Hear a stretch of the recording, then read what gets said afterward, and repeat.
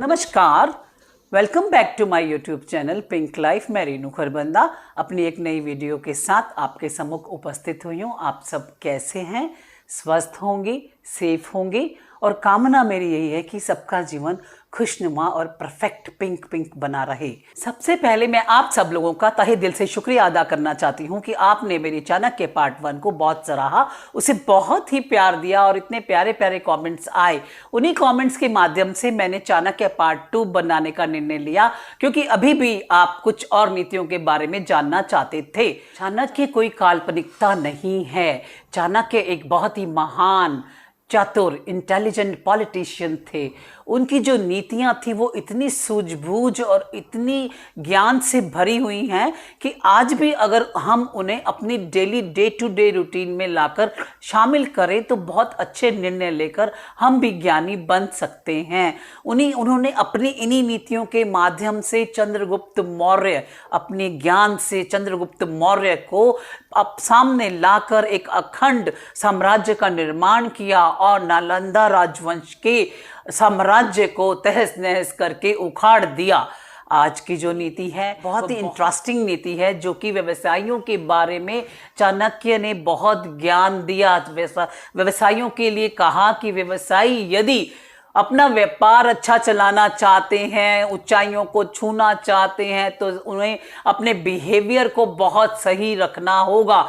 दो व्यवसायी एक ही समय पर कार्य प्रारंभ करते हैं। एक व्यवसायी बड़ी ऊंची दुकान, ऊंचे प्रोडक्ट, अच्छी क्वालिटी सब कुछ डालता है और दूसरा व्यवसायी मध्यम किस्म का अपना दुकान करता है, लेकिन जो ऊंची किस्म का दुकान वाला व्यवसायी है उसका व्यवहार इतना बुरा होता है, गुस्से वाला होता है। अपने जितने भी कस्टमर्स या जितने भी उसके पास ग्राहक आते हैं उनको बहुत ही गुस्से से अटेंड करता है, व्यवहार अच्छा नहीं करता, तो वह कुछ ही दिनों में अपना बोरिया बिस्तरा बांधकर अपना व्यवसाय बंद कर देता है। जबकि वह व्यवसायी जो कि इतना उसने अच्छे प्रोडक्ट, क्वालिटी तो अच्छी थी लेकिन बहुत ऊंची किस्म का नहीं खोला, लेकिन वह अपने व्यवसाय के कारण, अपने अच्छे व्यवहार के कारण, अपने बहुत ही मधुर व्यवहार, मीठी वाणी, मीठे बोल या जो भी कह सकते हैं, उसके कारण उसने अपनी दुकान को और ऊंचा उठा लिया। ऊंचा उठने के लिए व्यवसायियों, व्यापारियों के लिए, क्योंकि उन्हें तरह तरह के लोगों के साथ सामना करना पड़ता है। कई उनके ग्राहक ऊंचे किस्म ओहदों से भी हो सकते हैं, कोई किसी नेचर का हो सकता है। भिन्न भिन्न व्यवहार जो उसे करना पड़ेगा उसे वही करना है, लेकिन मीठा व्यवहार करना चाहिए व्यवसाय को चलाने के लिए।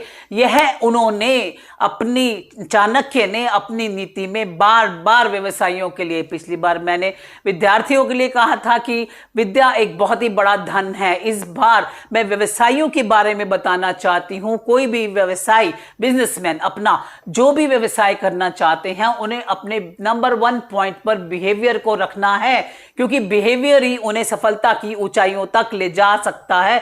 चाणक्य के द्वारा इसी नीति को बहुत ही महत्वपूर्ण बताया गया है। किसी भी व्यवसाय में सफलता प्राप्त करने के लिए, धन कमाने के लिए यह नीति बहुत ही बड़ी सार्थक सिद्ध हो सकती है। चाणक्य की दूसरी नीति में जो लेकर आई हूं वह बहुत ही उपयोगी है। उसका उपयोग यही है, चाणक्य कहते हैं कि दूसरे लोगों को बहुत अच्छे से ऑब्जर्व करिए।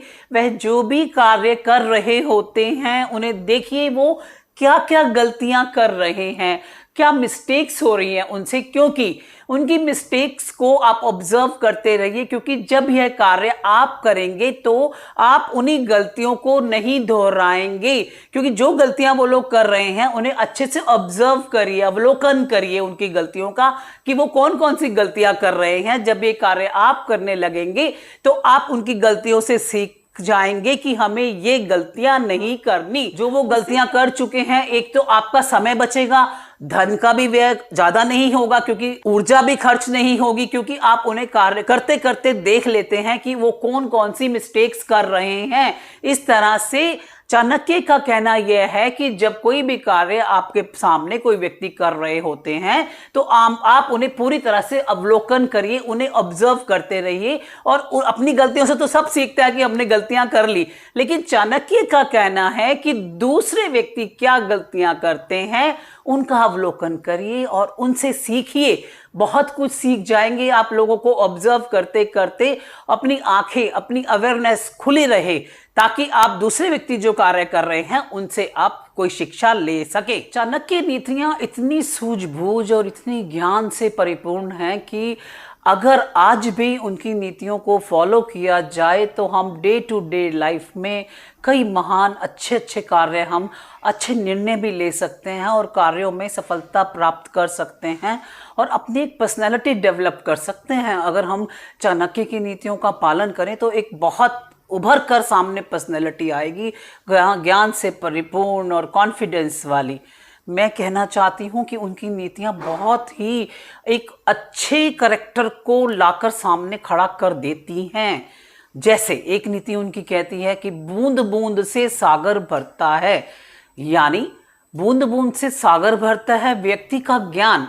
ज्ञान ऐसा लेना चाहिए, ज्ञान कभी भी लेते रहिए, उसे जमा करते चले जाएंगे, या इसका संचयन हो सकता है। साथ में उन्होंने, चाणक्य ने इसमें एक बात और ऐड कर ली। उन्होंने कहा, चाणक्य जी ने, कि इसमें आप धन का संचय भी ले लिया कि ज्ञान का संचय तो आता ही रहेगा, ज्ञान बढ़ता जाएगा, लेकिन धन का संचय भी बहुत जरूरी है, क्योंकि धन का संचय करने से आपको फ्यूचर में जमा धन बहुत काम आएगा और आप कभी भी अपने आप को ज्ञान से भी और धन से भी खाली महसूस नहीं करेंगे।